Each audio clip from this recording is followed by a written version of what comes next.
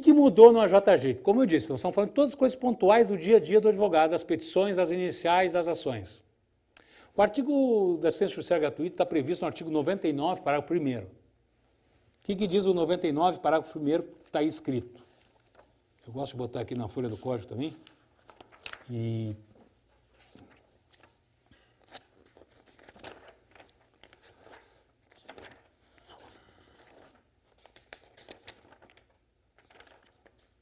(99, parágrafo 1º).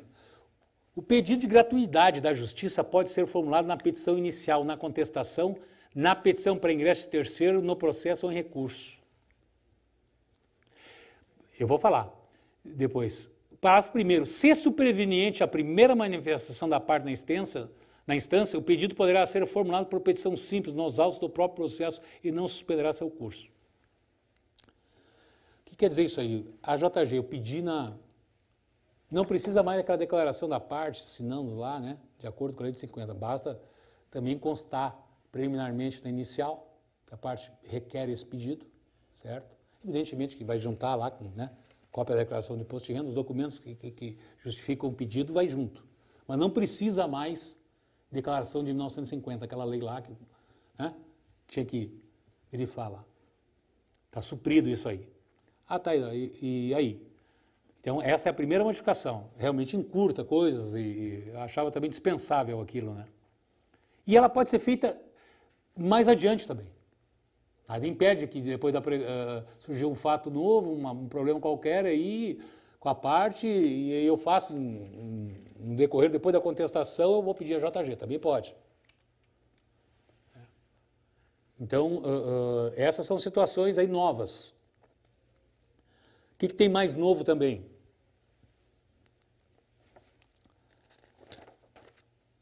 Que tem situações bem, eu acho que os senhores não têm conhecimento disso aqui na assistência judicial gratuita. Tem regras novas. O juiz concedeu o parcelamento das despesas processuais que o beneficiário tiver que adiantar. Por exemplo, nesse artigo 98, um artigo antes do 99. No 98, o que diz 98?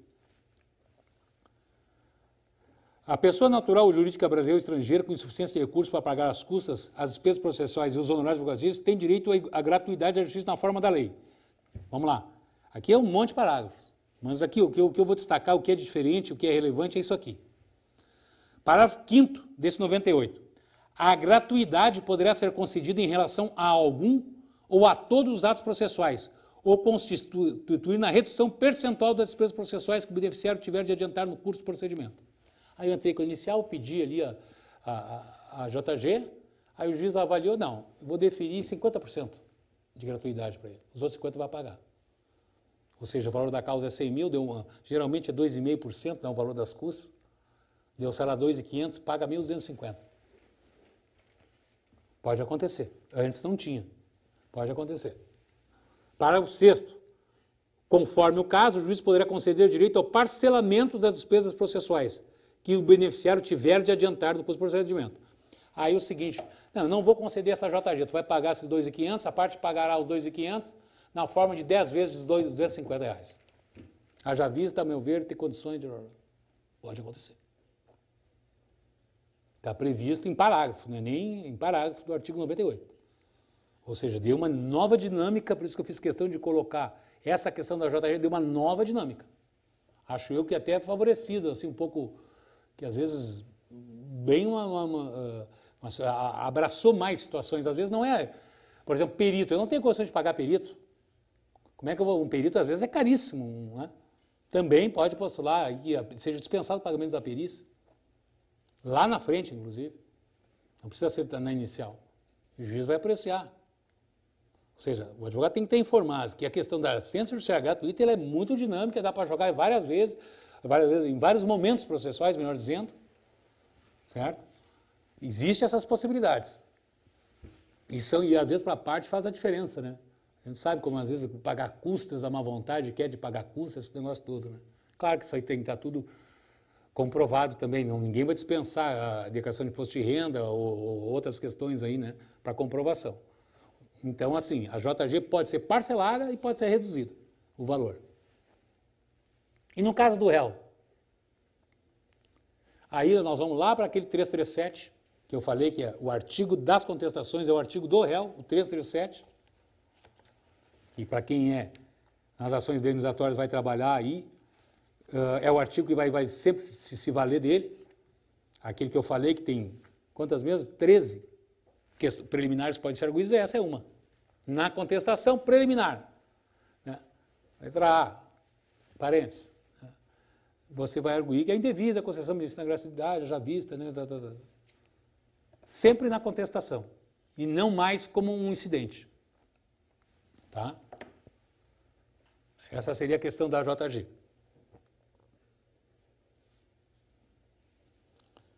Também, o magistrado também pode nomear um técnico,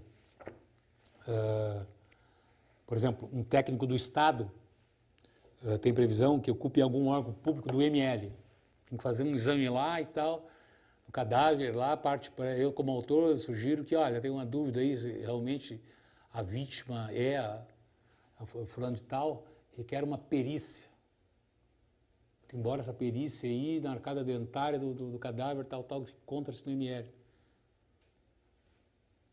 Fazer o quê? O juiz pode nomear um perito do IML e que os honorários que ele cobraria a mais seja cobrado do Estado. Pode fazer isso.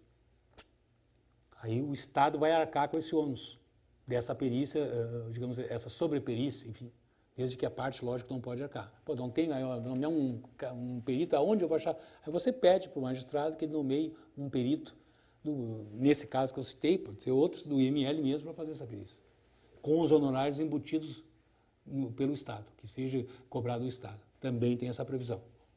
Tá?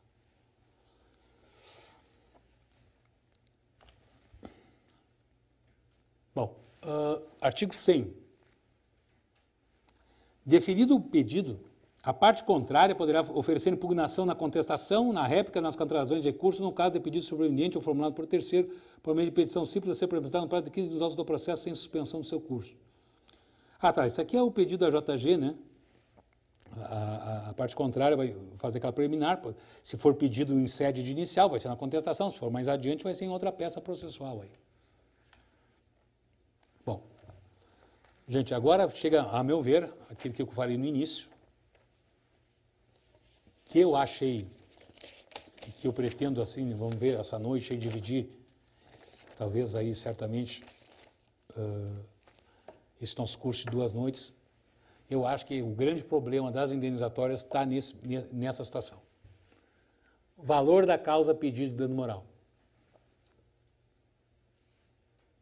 Essa sim é a questão que o novo CPC criou um grande problema para nós.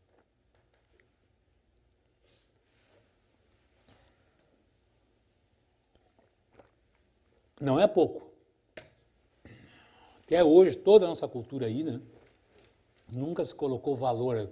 Alguém colocou em ação inicial aí com o valor de dano moral? Difícil, né, doutores?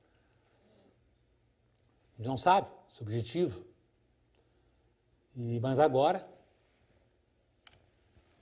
o artigo... Vamos ver os artigos que fundamentam esse pedido. O primeiro, o 291. Esse 291, inciso...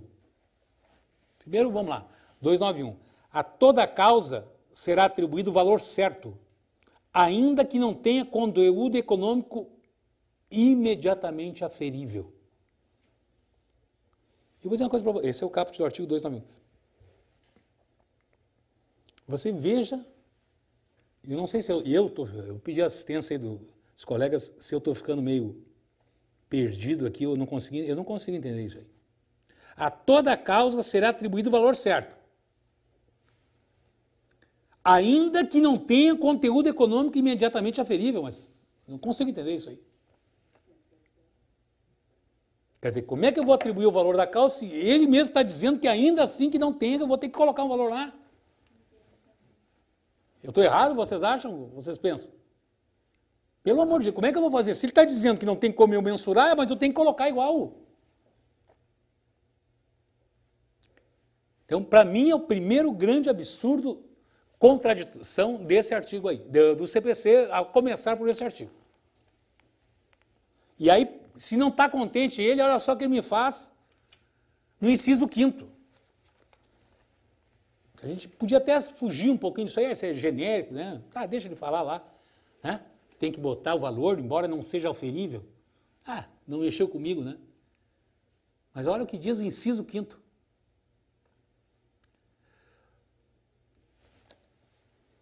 Voltando ao artigo, o caput, o 292, né? O outro era o 291, desculpa, agora o 292. O valor da causa constará da petição inicial, o valor das causas, da causa não, da causa, está errado. O valor da causa constará da petição inicial ou da reconvenção e será. Aí o cidadão lá já me bota inciso 5º nesse 292. Na ação indenizatória, inclusive afundada em dano moral ou valor pretendido.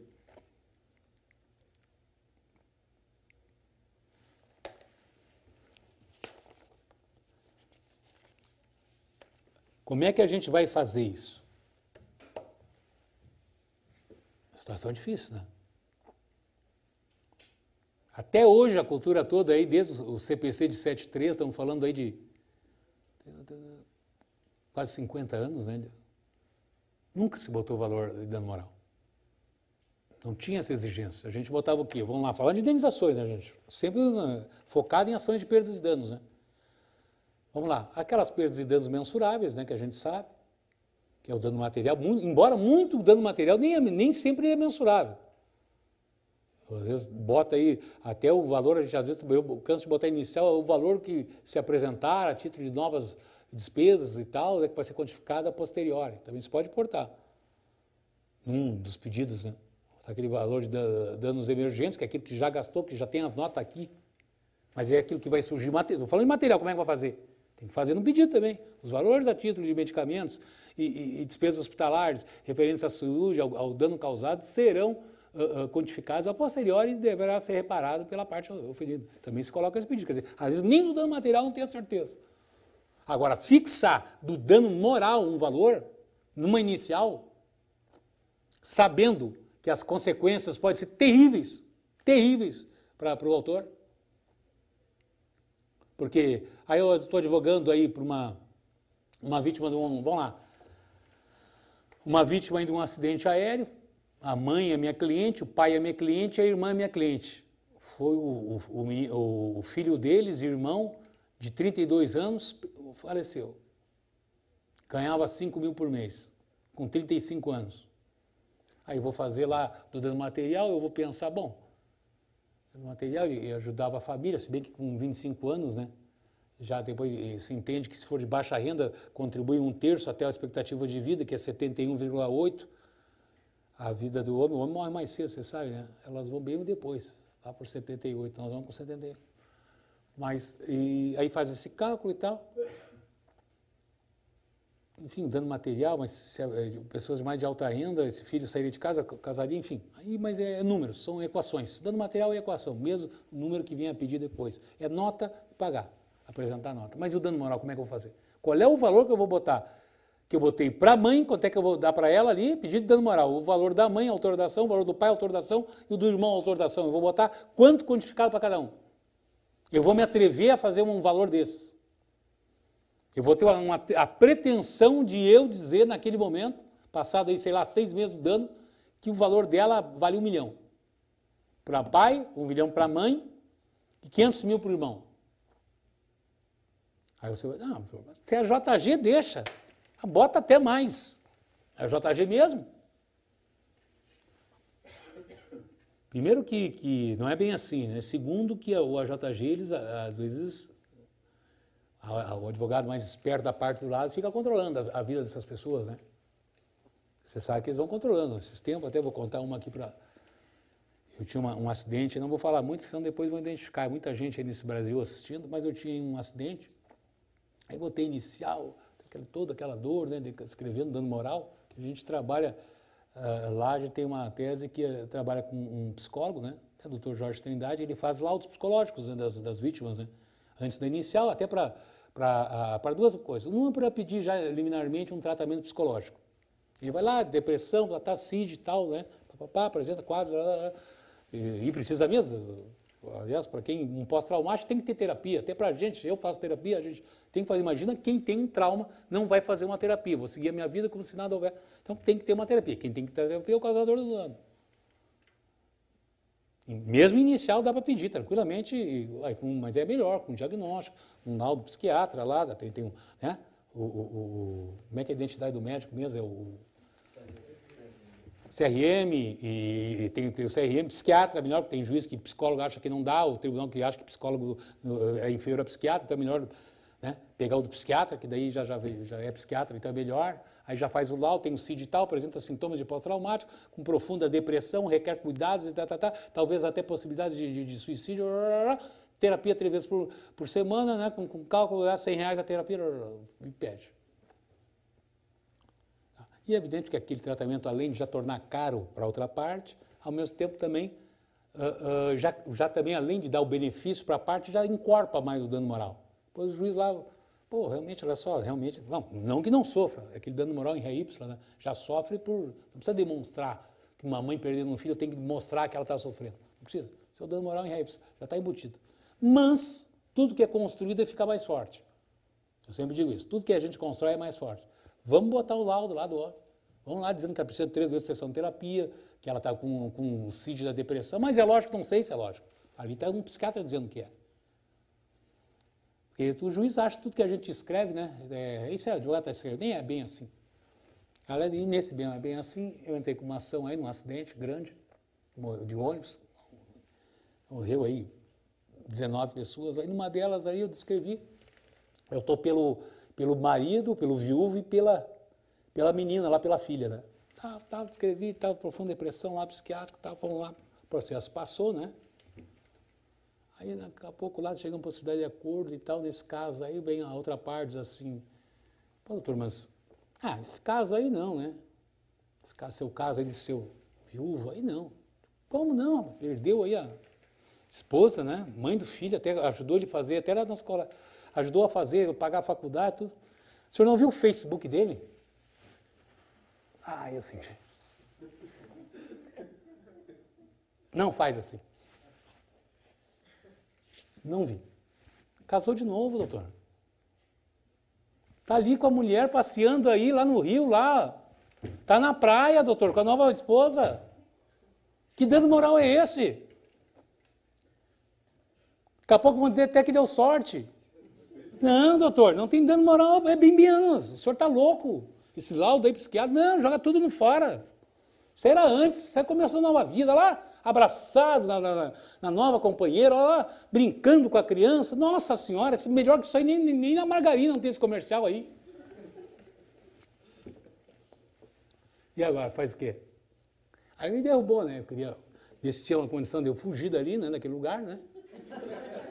Tentei ver se tinha alguma saída, se alguém me chamava para alguma coisa, né?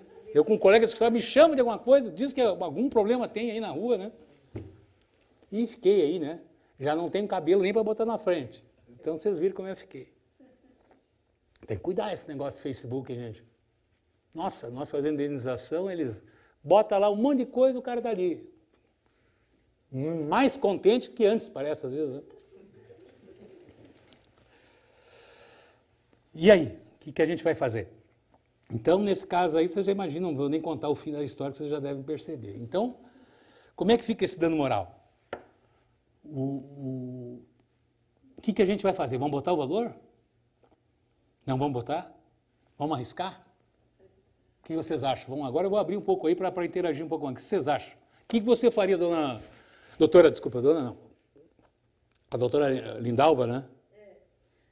A situação é crítica, né, professor? Porque, como você falou, o dano moral é imensurável.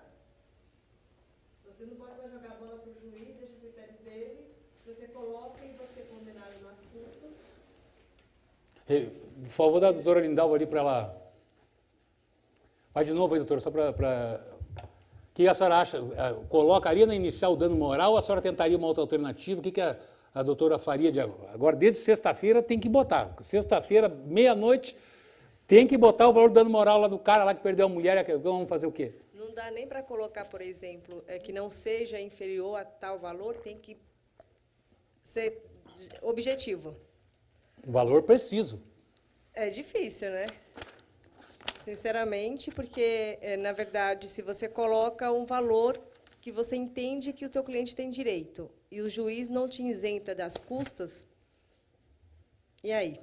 E digo mais, doutora Lindalva, colegas aí nesse Brasil inteiro, sabe o que diz o... Deixa eu ver se eu estou guardando a minha sugestão de solução para daqui a pouco mais, viu? Isso é que nem novela, no finalzinho eu conto. 330, parágrafo 1º, inciso 2. Sabe que não contente ainda, parece que é para nos ferrar mesmo, tá? Não contente, o legislador no 330 diz assim, a petição inicial será indeferida, perdão, a 330 do CPC 15. A petição inicial será indeferida quando? Indeferida. Parágrafo 1º, considera-se inepta a petição inicial quando? Inepta. Olha só a vergonha aquela que eu falei há 2 horas atrás. O pedido for indeterminado,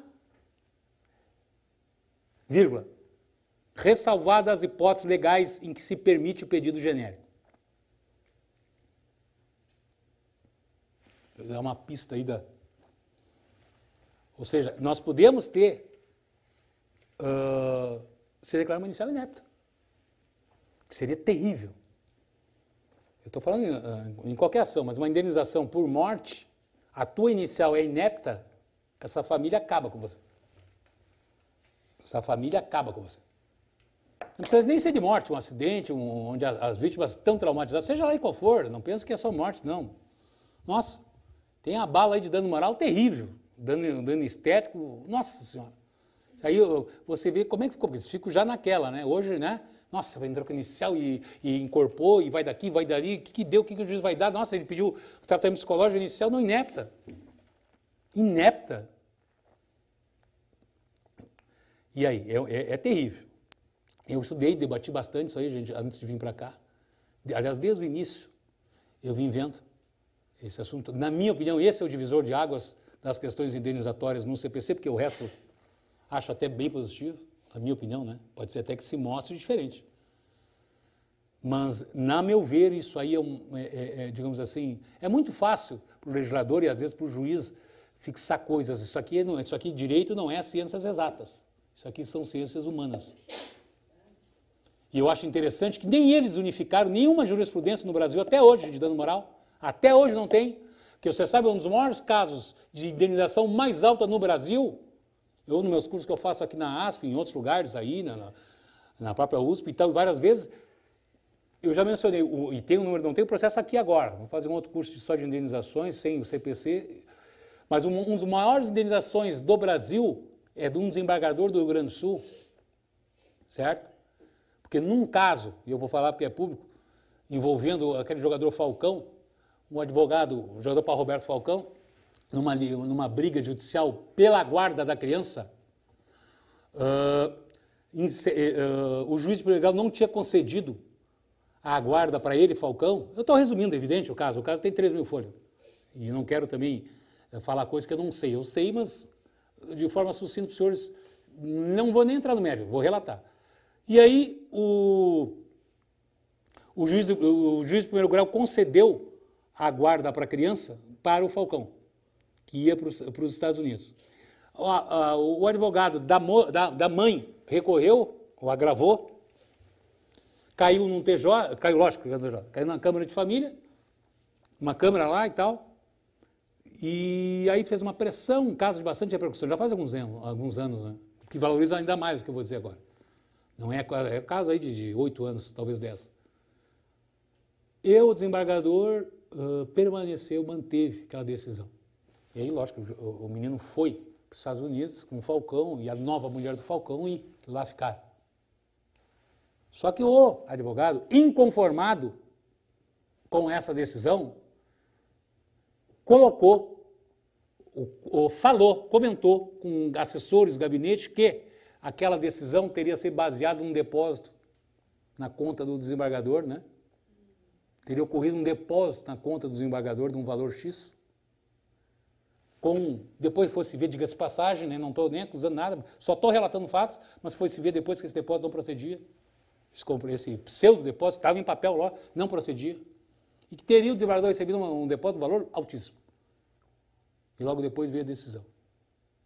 Evidentemente que esse desembargador contratou um advogado lá e entrou, pedindo dano moral contra esse advogado, no Rio Grande do Sul. E realmente, por essa injúria, difamação, né, enfim, aí vai. O senhor sai, o primeiro grau vai embora, o senhor sabe qual é a decisão que transitou em julgado? A condenação por dano moral foi atribuída no tribunal por unanimidade e confirmado no STJ, acho que até já acabou lá, tinha um agravozinho do agravo, acho que já está morto aquilo lá. Confesso que depois de um ano para cá eu não vi mais, mas deve estar morto com certeza. O tribunal entendeu que era merecedor, eu só estou relatando, hein? E esse desembargador, em razão dessa ofensa, o valor de 1.000 salários mínimos. 1.000 salários mínimos hoje dá 880 mil. Eu trago para os senhores, julgados do STJ e dessa mesma Tribunal de Justiça, que para uma mãe que perdeu um filho, tem gente dando 200 mil. Com credor bom, multinacional, seguradora porrada. Estão dando 100 mil, 200 mil. Pô, tem gente aqui que deu para um olho 20 mil. A ofensa do desembargador valeu 1.000 salários mínimos. Hoje seria 880 mil reais. E até você vai dizer, não, e a condição econômica ela dá outra. Não, é advogado, tudo bem, não sei qual é a situação do meu colega lá, não sei, mas é uma pessoa física. Se daqui a pouco fosse medido, vamos medir um pouquinho também, né? Dá uma martelada dessa, o cidadão, não sei se teria até condição. Porque eles fazem isso às vezes não é? Nas indenizações contra a pessoa, até eles cabem, não, mas é demais, nossa. Eu acho que o que é mais triste, professor, não sei também, é quando você lê uma sentença o juiz fala, considerando a situação econômica da vítima, quer dizer, porque a pessoa é pobre e para não causar um enriquecimento para ela, ela tem que receber menos. E quando uma pessoa tem dinheiro, é rica, né, enfim, a indenização aumenta no mesmo caso. Também é verdade. O que você fala, reforça. O colega falou do Lindauer também, que a questão econômica da vítima também pesa. Se é pobre, ganha pouco, se é rico, ganha muito. Mais ou menos é isso, né? Mas veja bem, então não tem nem parâmetro que eu citei agora, mandando, mas não estou dizendo que é pouco, lógico que não. Mas como é que pode a ofensa do desembargador valer 1.000 salários mínimos que uma pessoa física vai pagar? E como é que pode a vida de um filho, eu não encontro um julgado que me dê, tem um só, da Petrobras, essa, sei lá, maledada para a Petrobras, que num acidente de uma plataforma, cai helicóptero lá para a pena que não cai helicóptero com uns aí que podia estar dentro até, né? Pena que não tem uns aí que não estão lá dentro. Estão ainda gastando dinheiro lá em Curitiba, comendo e bebendo a nossa custa ainda. Aí num helicóptero que caiu lá, realmente deu aí, para o núcleo familiar, 1.500 salários mínimos. Que era um funcionário lá que cai muito lá naquela plataforma de Campos, tem muito redemoinho de vento, e aí cai muito helicóptero ali, sabe? Em determinada época do ano, né? Então ali caiu o helicóptero, claro, né? Caiu, morreu o piloto, era mãe e o filho, né? Mãe e o filho que a gente atuou, e ali deram. Mãe e 2 filhos, perdão. E ali deram um valor alto. Que era contra a Petrobras, condição econômica, né? Hoje, né? Nem sei se... Mas... E aí deram um valor desse aí. É único. O resto nunca vi. E aí, eles não têm uma equação, eles não têm um parâmetro, e aí nós vamos nos aventurar a colocar um valor. Onde é que se tira isso? Qual é a lógica disso? Claro, aí é que eu digo, aí é uma situação, claro, fica mais fácil para julgar. Chega lá, olha só, o Eduardo lá pediu 1 milhão lá. Não quer nada, dá 500, vai. 500, sucumbe em 10 da parte que decaiu, deu. Já fecha um para o outro, vai. Do que construir, né? Eu fixar, dando moral, pesquisar e tal. Porque não pode, de uma hora para outra, simplesmente mudar a regra do jogo dessa maneira, onde a gente fique aí completamente refém de uma situação dessas. Né? E uma situação gravíssima. Eu estou falando em morte, mas pode ser o que for.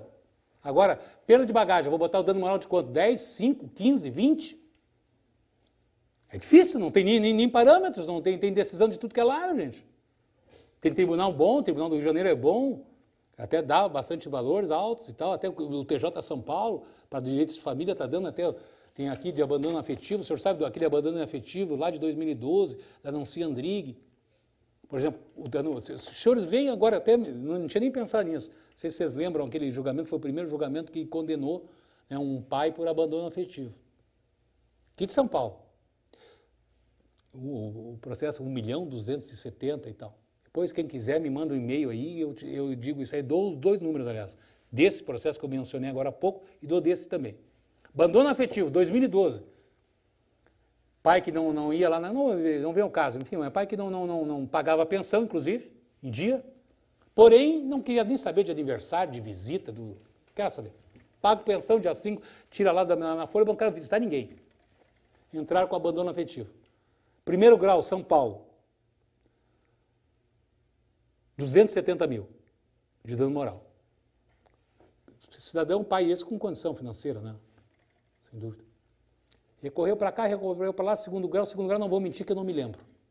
Foi lá para denunciar André, no STJ. 400 mil reais de dano moral. Você veja a oscilação que deu.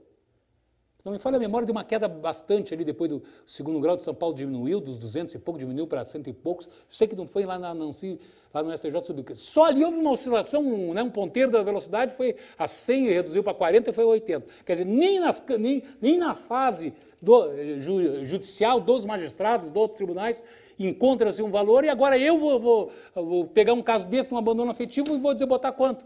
200 mil? Pago as custas e depois, se ele dá 100, o que eu vou dizer para o cliente? O cliente não quer saber, né? Dessa explicação que eu estou dizendo, não me interessa. Nem tudo a gente vai poder andar pela JG. Claro, se a assistência judicial é gratuita, a gente está longe desse problema, né?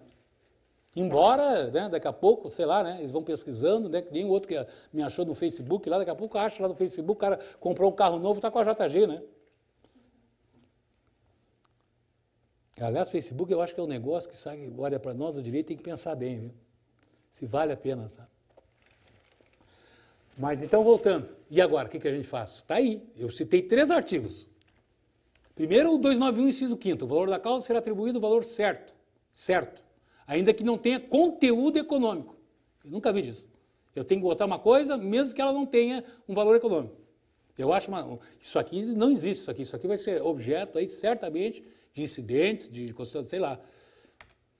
Aí eu vou para o 291 era outro, inciso 5º. Agora eu vou para o 292, também inciso 5º. O valor da causa constará da petição inicial ou da reconvenção. E será, na ação indenizatória, inclusive, afundado em dano moral. Quer dizer, bem específico. Como é que eu vou sair disso? Aí eu entro com uma inicial dessa que eu relatei, as mais várias, como é que eu vou fazer? Aí começou a vir a luz da solução. O 330, parágrafo 1º, inciso 2, diz, considera-se inepta a petição inicial, quando o pedido for indeterminado. Tá bem. Ressalvadas as hipóteses legais em que se permite um pedido genérico. Bom, no prosseguimento, depois de estudos, enfim, se aprofundar na matéria, a gente vai chegar, a meu ver, na salvação. Claro, a gente tem que falar antes, falar depois é fácil. A meu ver, o 324, bendito 324. Salvador diz o quê? Esse 324. O pedido deve ser determinado. Primeiro, parágrafo 1º, é lícito, porém, formular pedido genérico. Então, já está dizendo, quando não for possível determinar, desde logo, as consequências do ato ou do fato. Para mim, quero a opinião dos colegas doutores depois. Para mim, quando diz que não for possível determinar desde logo as consequências do ato ou do fato, eu consigo sair dessa situação de arbitramento de valor de dano moral por causa desse inciso 2, do 324.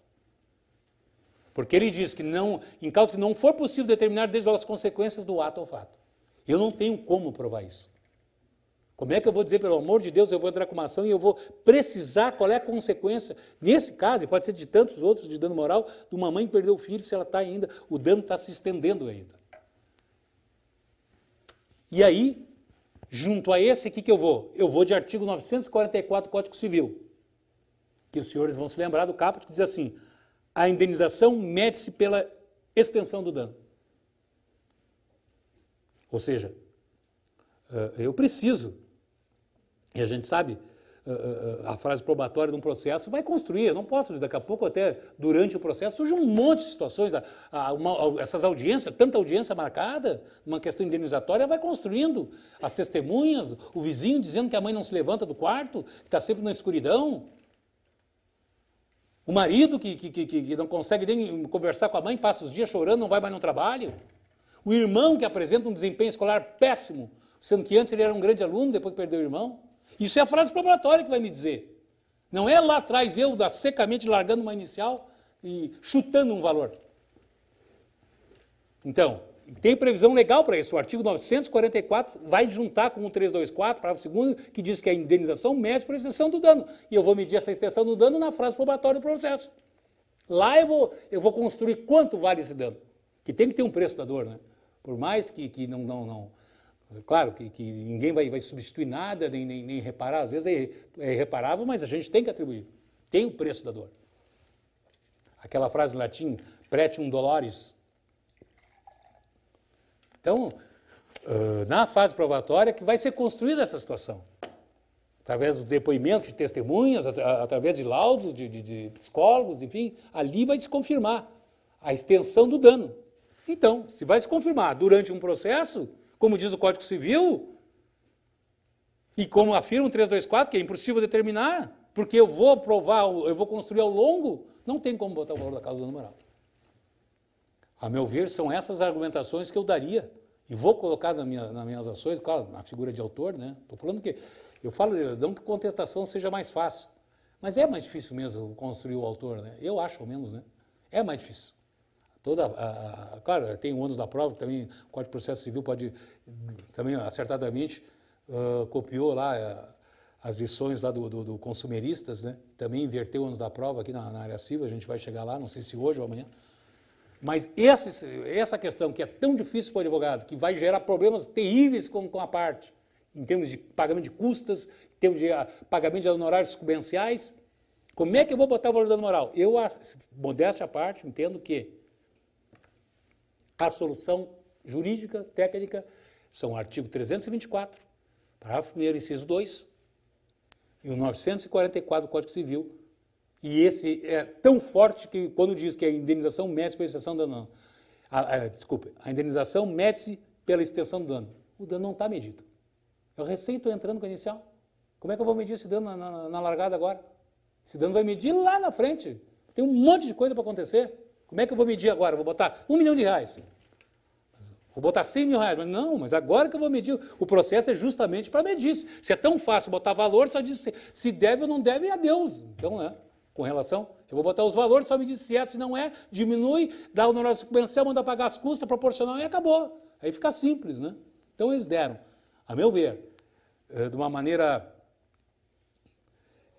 até policialesca, colocaram o advogado numa situação terrível de colocar isso aí, se expor a clientes, quando visivelmente não é uma ciência das exatas, é um processo de construção, é um processo que demanda um conjunto probatório bem extenso, questão de indenizatória, seja ela qual for, e não pode agora chegar e me definir que eu tenho que botar um valor de qualquer maneira, senão vai ser inepto.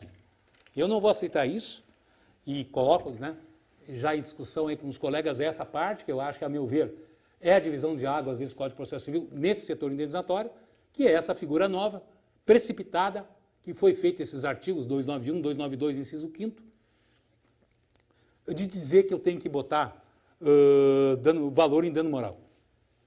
Eu acho que essa e é com isso que eu acho que dessa primeira parte eu vou, como a gente tem amanhã também o curso, eu acho que é importante a gente parar aqui e ouvir os colegas aí, já que a gente está em grande quantidade, no Brasil inteiro aí, para a gente ouvir aqui, antes de eu passar para um novo assunto, eu acho que se faz presente a gente ouvir, eu vou abrir então já para as perguntas aí, em relação a esse tema ou os demais que a gente discorreu aí.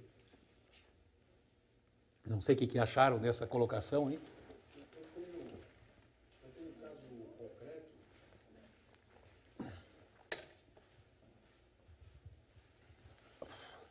Eu tenho um caso concreto que eu recoloco o problema nas suas mãos. Né? O que acontece? Eu ingressei com uma ação indenizatória, eu pedi dano moral, meu cliente foi ofendido por e-mail, por uma determinada pessoa. Ambas, tanto o autor quanto o réu, possuem condições econômicas favoráveis, ambos são empresários. Eu ingressei com a ação no dia 17, no último dia do Código de Processo Civil. Essa é pegadinha, essa, hein? Vieram para me derrubar aí, hein? Mas é um caso concreto mesmo. Sim, não. Eu ando acompanhando o processo eletrônico, ainda não foi publicado. Eu preparei a ação indenizatória de acordo com o Código de Processo Civil de 73 e o despacho que a juíza proferiu recentemente ainda não foi publicado para eu adequar a ação nos termos do novo CPC de 2015. O valor que eu atribuí à causa, eu atribuí o valor de 100 salários mínimos. Prefeitos fiscais, assim?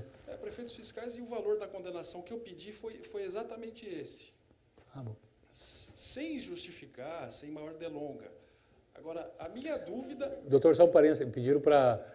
Qual é o seu nome, desculpa? João Luiz. Doutor João Luiz, pediram para repetir, porque estava muito longe o microfone. Se puder repetir, o senhor entrou com uma ação um dia antes da publicação do... No dia 17. Né?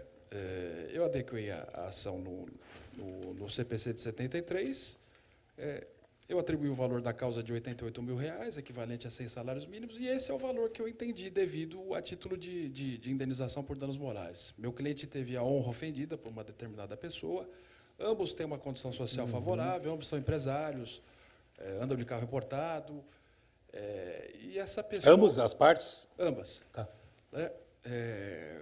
Eu atribuí esse valor da causa, pedi indenização de 100 salários mínimos, que era o valor que eu entendi adequado.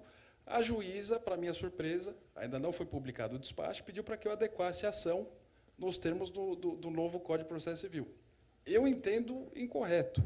Agora, eu começar uma briga logo de cara, já entrando com o recurso, fica uma situação meio estranha, né? Por isso que eu coloco esse problema nas suas mãos. Você sabe que sua dramática foi a dramática da semana passada, que eu vivi.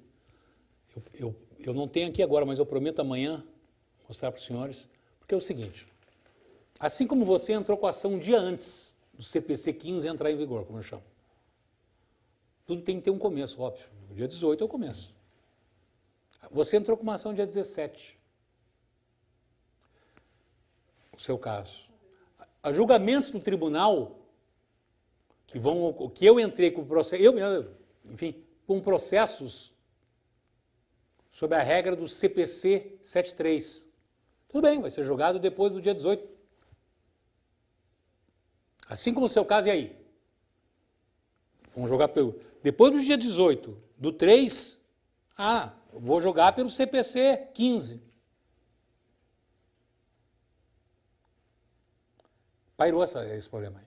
Pairou numa Câmara, inclusive, do Tribunal de Justiça, onde um desembargador dos 3 achava que tinha que julgar pelo CPC 15 e os outros pelo CPC 73.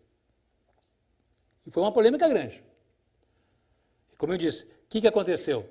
E vai servir certamente para você. Bom, primeiramente, doutrinariamente, se vocês verem um livro, Efeitos do Processo, é difícil achar, do Galeno Lacerda. Ele enfrentou, o Galeno Lacerda, você sabe, foi um jogador do Rio Grande do Sul. Em 73 houve o mesmo dramática. Em 1973, quando esse CPC entrou, esse caiu, sexta, também tinha esse problema. E agora? Nós vamos julgar pelo CPC anterior? Ou vamos pegar o 7 lá em 1970? Exatamente essa questão. E ele fez lá um parecer nesse livro, eu também tenho exatamente o nome do livro aqui, mas eu também dou para vocês amanhã, do Galeno Lacerda, é difícil de achar, Efeitos do Processo. E ele, em outras palavras, né, resumindo, também tem outros, direito intertemporal, também uma coleção da Juspodium, também aborda isso aí. Ele abordou sinteticamente o seguinte, as regras do jogo não podem mudar durante. Se eu comecei antes, eu tenho que ir até o final com isso, dessa maneira.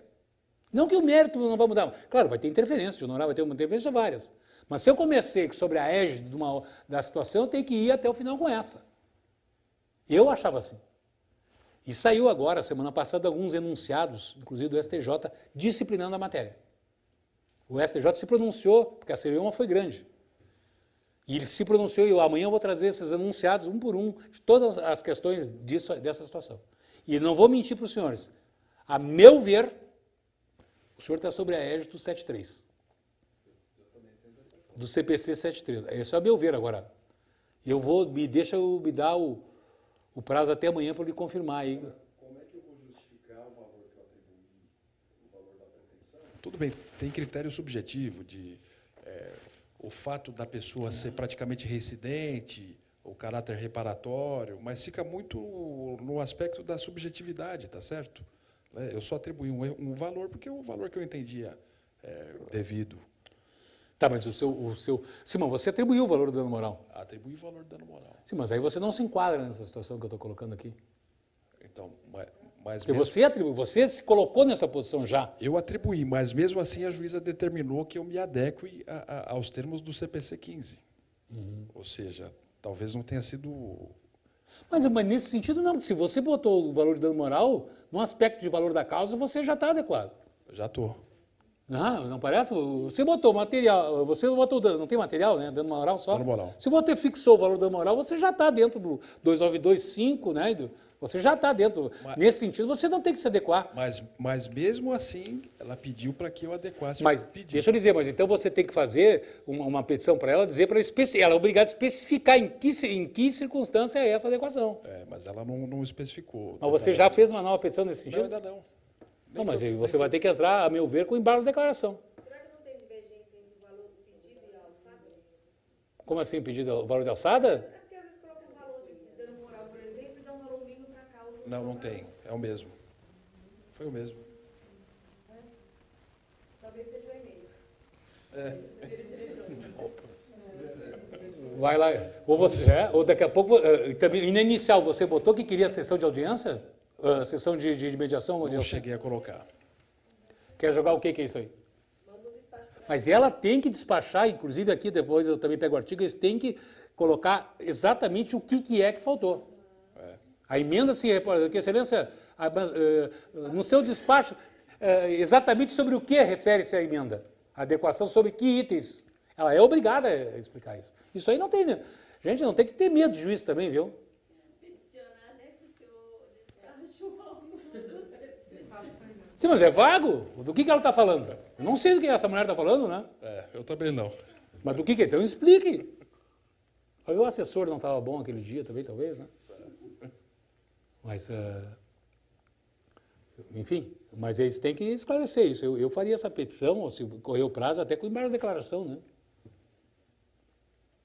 Parece que é mais adequação a esses termos desses requisitos novos da inicial. Talvez aí do inicial com ela. Eu tenho quase audiência de conciliação, que muita gente vai passar batido isso aí. Tem mais alguma pergunta aqui na via... Aqui eu vou... Professor, Tá, depois eu vou aqui para uma outra que me perguntou aqui, mas se você quer fazer agora, pode fazer. a respeito da questão que o colega levantou e que o professor comentou, o artigo 321 diz: o juiz, ao verificar que a petição inicial não preenche os requisitos dos artigos 319 e 320, ou que apresente defeitos e irregularidades capazes de dificultar o julgamento do mérito, determinará que o autor, no prazo de 15 dias, a emende ou a complete, indicando com precisão Isso aí. o que deve ser corrigido ou completado. Mas ela nem citou o artigo, né? O 321, né? Então, Bem colocado também. Então, no caso do colega, ilustrando o que o professor comentou, de fato ela tem que indicar com Nem precisão. citei o artigo, mas é isso aí, né? Porque ela está... O interessante é que ela está querendo que o advogado se reporte ao CPC 15. Mas ela despacha de uma maneira genérica, né? Nem citando... Então, essa é uma das grandes diferenças a respeito da matéria do CPC 15. Professor, eu gostaria de entrar na sua polêmica do valor do dano moral. Por favor.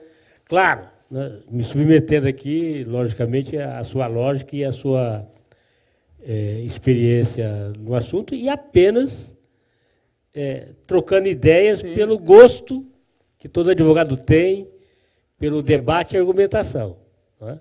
Sem nenhuma pretensão de ir além disso. Então, fique à vontade. A questão do valor do dano moral sempre foi a grande questão do dano moral. Aliás, não se admitia indenização por dano moral justamente por isso, pelo entendimento que então prevalecia de que a dor não tem preço. E tem obras clássicas a respeito do assunto. Então, nós estamos aí no cerne do próprio problema do dano moral, que é a avaliação do preço, do valor do dano moral. Ainda em torno disso, e levando em conta essa questão, em várias ocasiões, claro, sob a égide do Código de 73, eu, em alguns processos, adotei a seguinte técnica. Indiquei o que eu entendia como aferível pelo dano moral. E, ao mesmo tempo, trabalhando a técnica do arbitramento, porque a linha predominante de que o dano moral deve ser arbitrado. Então, eu conjuguei as duas linhas de pensamento, ou seja, ao mesmo tempo que indicava o valor do dano moral que entendia adequado, colocava um pedido sucessivo de que, se aquele valor não fosse deferido, que então o magistrado arbitrasse o valor do dano moral. Alternativo. Eu acho que assim, seria sucessivo, ou o primeiro ou o segundo. Ou alternativo, também não há aí grande problema.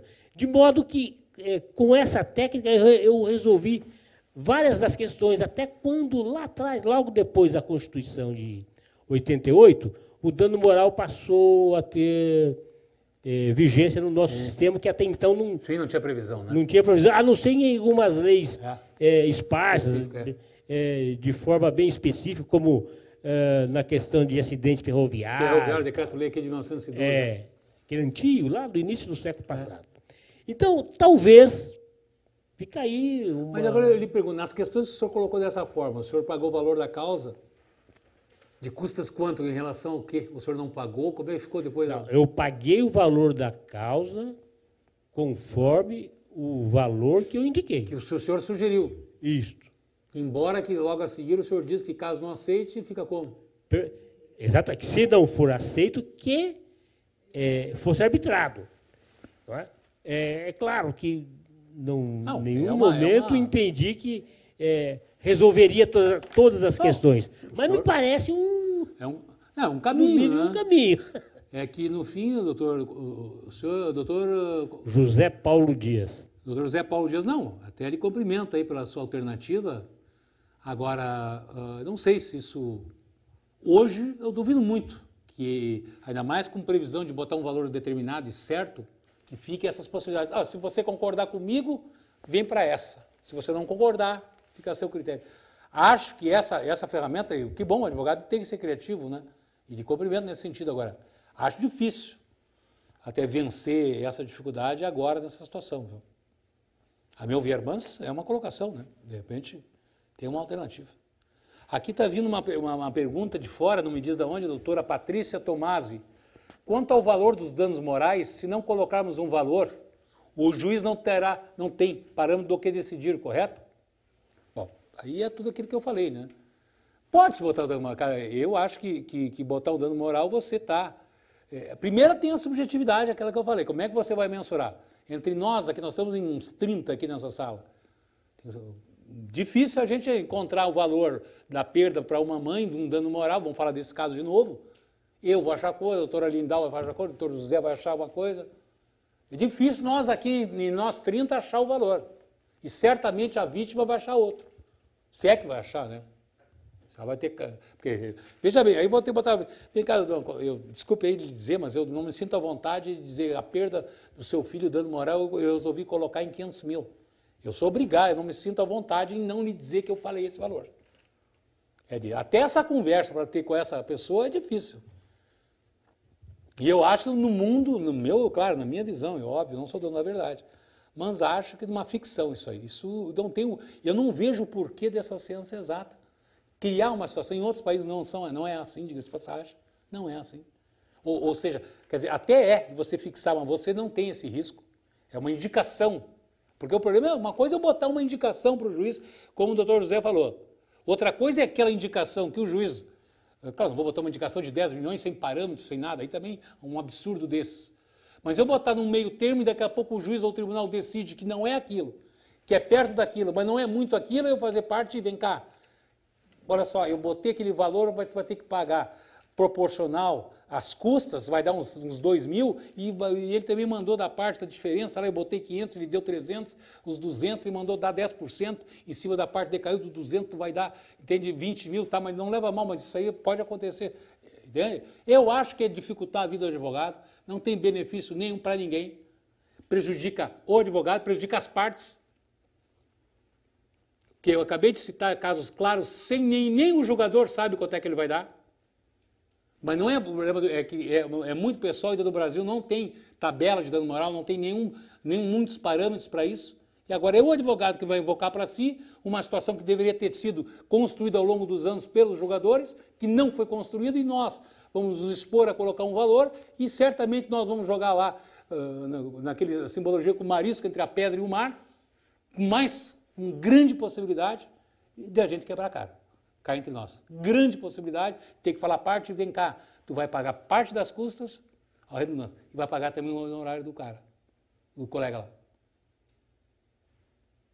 Por que isso? Eu, a meu ver, isso aí não precisava existir isso. Essa é a minha visão.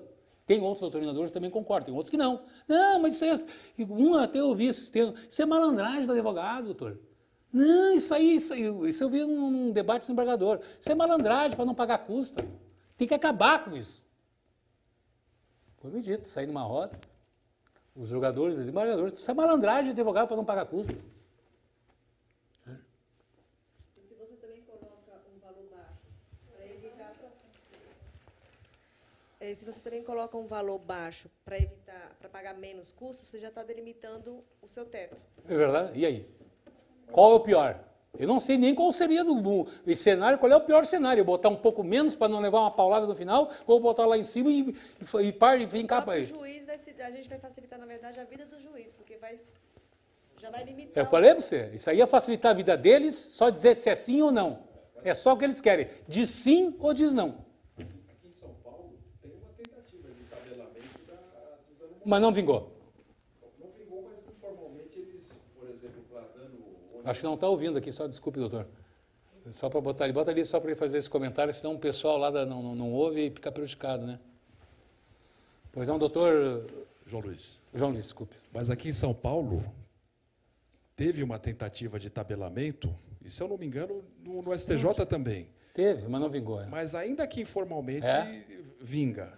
Pelo menos dano moral de pequena monta, quando o nome vai para o Serasa. Não, aí até tudo bem, né? Mas dano moral de família em direito de família não tem. Não, de família não. E aí? Como é que aí dano moral, abandono afetivo, o cliente vai no seu escritório lá, o pai, vou entrar com ação, vou fixar um valor de dano moral, mas como? Mas se agora mesmo, eu acabei de contar um processo de agora, de 3 anos atrás, o primeiro grau achou uma coisa, o segundo outra, e lá em cima acharam outro, 3 valores diferentes para a mesma causa. Como é que eu vou dizer daqui da minha... Né? Eu que não sou julgador, que não tenho nenhum acervo de informações, embora, claro, até posso procurar aqui, mas evidente que a facilitação deles é muito mais acessível, a gama de informações, do que eu.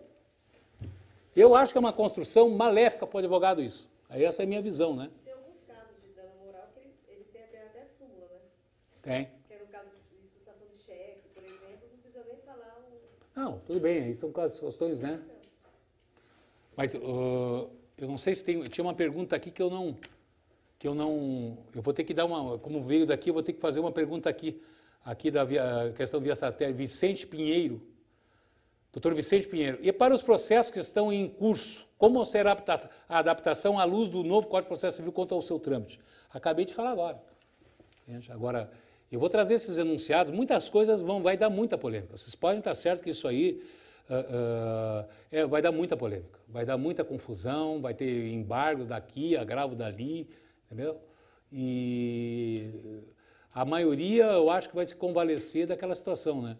O processo que começou com um rito, eu acho que deveria ir até o final com isso. Essa é a minha visão, né? Mas eu vou trazer alguns enunciados amanhã, me comprometo a trazer sobre a matéria, mas não pensem que ela vai estar pacificada. Isso vai dar margem para muita confusão. Boa noite. A título de ilustração, um dia desses eu li no clipe da ASP aí, a Johnson & Johnson foi condenada nos Estados Unidos a pagar uma indenização de 200 e tantos milhões de reais, convertido em dólar, o valor correspondente lá, claro, pela morte de uma mulher que usou durante a vida, uma mulher, uma idosa já, que durante a vida usou um determinado talco produzido pela Johnson & Johnson. A título de ilustração, como é visto nos Estados Unidos, como é visto no Brasil.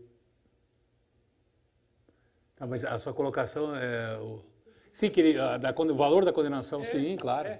Sim, não. O valor lá é que eu lhe disse, e vem em reforço. O valor lá, como lá no direito americano, os valores de condenação estão altíssimos. Pois é. Mas é lá porque lá tem a teoria também do punitive damage, né? Tem dois tipos de punição. Uma é compensatory damage, que é aquele para reparar o seu prejuízo, para tentar voltar ao status quo, que é para você, uma reparação para tentar você, né, lhe ressarcir do seu prejuízo. E o outro é o punitivo, que é o punitive damage. O punitivo é aquele que vai para o seu bolso também. Até tinha um projeto lá que ia para instituições, que esse punitive damage também é um valor altíssimo para com que impeça ou compila a empresa ou o agente causador não praticar mais esse determinado ato. Caráter pedagógico. Exatamente, caráter pedagógico. Aliás, muitos julgadores, e eu já vi até em decisões aqui, até do STJ, aí, acho que o ministro Paulo Sanseverino adepta um pouco dessa situação. Eu, particularmente, em alguns casos, também acho correto isso aí. Também acho correto. E, aliás, muita coisa acontece nesse Brasil porque justamente a ausência até do medo da justiça. A ausência, sim, é assim. A justiça também tem que dar um pouco de medo nas pessoas, nas empresas. Tem que ter um pouco. Nossa, vai acontecer isso, olha só, né?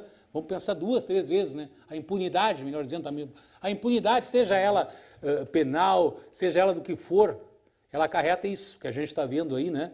Vamos lá, sim. Qual é o problema? Isso vai dar o quê? Uma condenaçãozinha aí de 10, 20 mil, daqui a pouco vale mais a pena enfrentar isso, né? Ou outras coisas, vai dar uma prisãozinha pequena, a gente, né, tem 10 mil recursos, até chegar lá graças a Deus, está mudando. Verdade.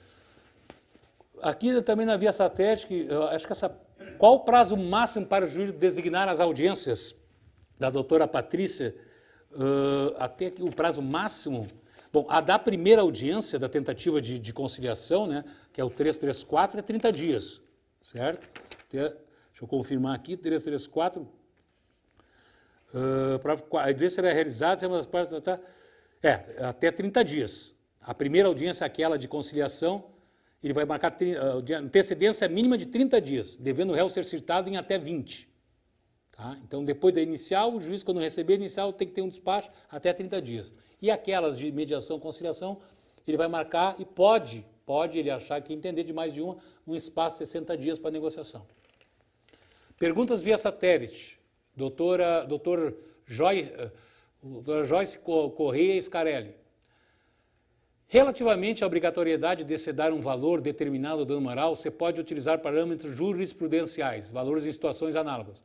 Ou então, estimar um valor mediano e o juiz deve julgar dentro dos limites desse pedido? O magistrado, depois de instruído o feito, pode ou não diminuir ou majorar o valor do dano moral?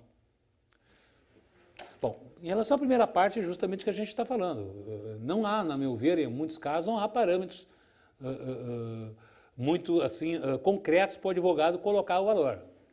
Eu acho que, não há, como eu acabei de dizer, não há parâmetros nem para eles jogarem numa mesma corrente.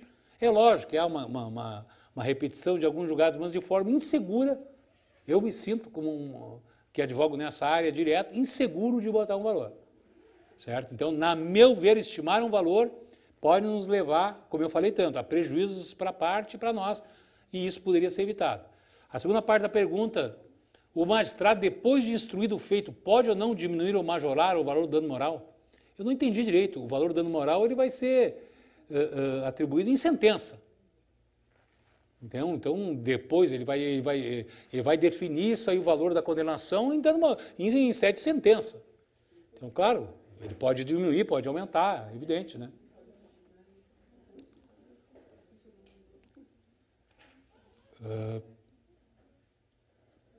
Não sei se tem mais alguma pergunta. Aqui, meu prazo, José Arnoldo Piracanjuba, lá de Goiás. Lá que nós, com uma forte audiência lá. Meu prazo iniciou dia 17, doutor. Parecia com o seu. Meu prazo iniciou dia 17, ou seja, um dia antes do novo CPC. Pergunto, o prazo para recurso, qual? Sob a égide do Código 74? 73, ou CPC 15. Bom, aí é o seguinte, iniciou de... Eu vou dizer para vocês, na verdade a sentença, ou prazo, ou qualquer ato, o senhor sabe aí, né, que ele só existe quando ele é publicado, né? Não é o caso aqui que ele está dizendo aqui que o prazo iniciou dele de 17, mas não existe, eu tenho uma sentença, agora me constou, eu tenho uma sentença antes do dia 18, mas você tem a sentença, quando é que foi publicado? Então, o ato jurídico ele só existe depois de publicado, certo? Que surte seus efeitos. Então, nesse caso, o seu prazo começou dia 17, certo? É um caso, eu tenho um enunciado, eu vou trazer amanhã, certo? A meu ver, seria ainda sobre a égide, né, do anterior. Mas eu vou ter que confirmar isso aí com a resposta do STJ sobre isso. Por cautela é melhor levar sobre a égide do anterior, que o prazo é mais curto, né? Ah, sim. Agora teria bem mais, quase dobra os prazos. Doutora Isabelle Valentim, lá de Curitiba. Conforme seu entendimento ou estudo sobre o novo CPC, nas audiências de conciliação determinadas pelo juízo, a parte é obrigada a comparecer ou pode ser representada pelo procurador? A meu ver, a parte é obrigada a comparecer. Não, tem uma previsão legal, desculpa, que ela pode justificar sim. Existe uma provisão legal aqui, eu vou, como não é, ainda não, o tema dessa matéria vai ser amanhã, eu lhe digo, mas tem uma previsão legal que ela pode se fazer representar sim para o procurador. Amanhã, quando a gente falar bastante de sessão de mediação e conciliação, eu vou dar o artigo. Ela pode sim ser representada. Mais uma pergunta de Dr. Júlio César Carmarran. Em caso, o pedido de dano moral de R$100 mil, na qual, ao ser julgado parcialmente procedente com condenação de 20 mil, como fica a questão da sucumbência? Mas é justamente. Se você pediu 100 e levou 20, você decaiu de 80. Evidente que o advogado vai ser fixada honorários para a parte adversa em cima de 80 mil. E as custas? Se não tiver a JG, ele vai recolher sobre também, só a parte decaiu. Daqui a pouco você perdeu essa ação, né? Quero te informar que você perdeu essa ação. Daqui a pouco, né? Porque você decaiu muito. É aquilo que eu digo. Para nós, advogados, isso foi uma situação assim que vocês vão ver no dia a dia, vão se lembrar do que eu estou falando. Isso criou um tremendo embaraço de uma situação que eu não vejo proveito para ninguém. Eu não consigo entender qual é o proveito que tem eu fixar uma coisa que é subjetiva, que é o magistrado, que é o desembargador, que é o ministro tem dificuldade em definir, eu vou definir. Eu vou correr o risco, eu vou jogar o meu cliente nessa arena. Por que isso? Qual é a vantagem disso? Essa é a minha opinião. Vamos agora passar aqui para a via presencial. A doutora Arindalva aqui pode fazer outra pergunta. De repente é uma idiotice que eu vou perguntar, mas não custa.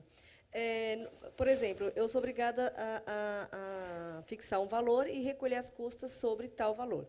E aí o réu é condenado a pagar um valor bem inferior daquilo que eu pretendia. No caso das custas, não há uma medida que eu possa rever, então, olha, já que eu recolhi, fui obrigada a recolher sobre um exemplo, 200 mil. Tá. E aí a condenação, meu crédito veio de 20 mil. Transitou em julgado. E aí? E esse prejuízo? Ficou. O Estado não te devolve então, nada. Não é doutor. justamente o que você está falando? Quer dizer, É justo, é o que eu disse. Não, o prejuízo... É lógico. O honorário de sucumbência, as custas foi. O Estado não devolve nada. Aliás, bora na tua cabeça, o Estado não devolve nada. O Estado não assina cheque. Pelo menos para nós. Né? O Estado não assina cheque. Não devolve nada. Acabou. Se recolheu as custas sobre aquele valor, acabou. Nunca mais. Mais uma pergunta da Via Tele. Presencial. Lá, eu não, também, infelizmente, não sei por que não coloca aí os colegas da cidade aí para a gente também ter uma sensação de onde é que está vindo. Maria Rita Riema. Embora possa fundamentar o pedido assegurando ser genérico, posso estimar o valor? Não, aí até ou é uma coisa ou é outra, né? Ou é genérico ou é valor fixo. Não tem como as duas coisas conviverem, né? Você pode estimar o valor do dano material. Tem ali ainda assim, né? Existem danos materiais que também vão surgir. Tem metade dos meus casos, as despesas aumentam muito mais no decorrer. Aí você tem que botar num pedidinho que as despesas a título de danos materiais, entre parênteses, despesas médicas, consulta, também serão objeto de reparação no decorrer dos autos. Então, ou seja, uma coisa ou outra. Está vindo também outra pergunta, vejam só, já estamos a 40 minutos de perguntas, por isso que ainda bem que eu reduzi hoje. Lá do doutor Adriano Lopes Albino. Posso determinar o valor do dano moral em salários mínimos? Isso, pois o salário mínimo é reajustado todo ano e caso faça a multiplicação, a indenização pode ter seu valor defasado. Não, veja bem, até existe uma súmula no tribunal que as indenizações podem vir em salário mínimo justamente para fugir da inflação. Entende? Então, você pode fazer inicial em salário mínimo, mas não é por isso que você vai fugir da situação que eu estou colocando. Você pode colocar, até pode. Mas não, isso não vai ser você evitar a situação aí e talvez também gere também algum desconforto ali ao longo do processo a fixação de salários mínimos. Não é usual fazer. Eu até não vou lhe mentir, não tenho assim, não faz que é ruim, ou faz. 90% dos casos da minha vida nunca vi inicial fixado em salário mínimo, não que não possa. Mas, a meu ver, também não vai fugir muito do que nós estamos falando. Entende? Mais uma pergunta. Não, essa já foi. Então, gente, não sei se tem mais alguma pergunta aqui dos nossos colegas. Então, quero dizer que para já, foi um prazer estar com vocês hoje, nessa noite, aí desse debate aí tão construtivo, que eu acho que foi para todos. Muito obrigado e até amanhã, então. Boa noite, hein?